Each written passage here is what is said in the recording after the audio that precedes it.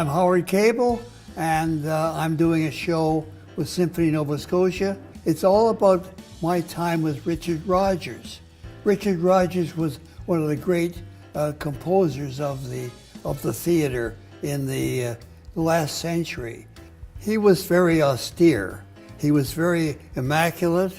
He dressed beautifully, and he was really a New Yorker. Rodgers and Hart wrote roughly 19 and 20 shows together.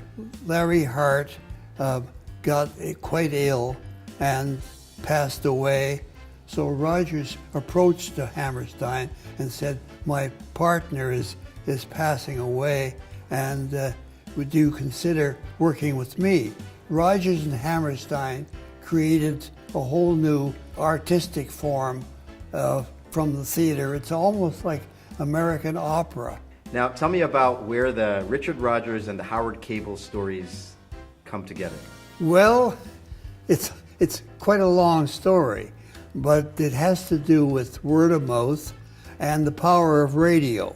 During the Korean War was on in the 50s, and the Department of National Defense wanted a radio program every week. So I put a band together of the finest musicians in Canada.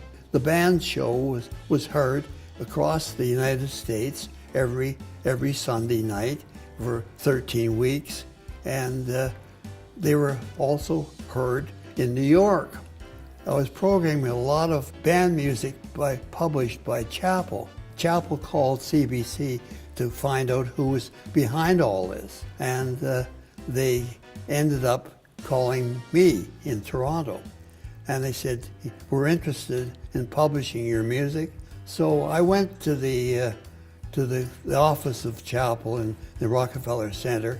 I was introduced to all the arrangers, and Richard Rodgers was there. He was charming, but he was kind of removed from the pace of everything. I played his music a lot before that because I was on the radio in the 30s. I was there at the right time, being in New York, because the house arrangers, the ones who Rodgers and Hammerstein preferred, were busy. So, who's this guy Cable? What can he do? I showed them what I could do, and they were kind of amazed. That's how I ended up published in New York and in London, England, the same year.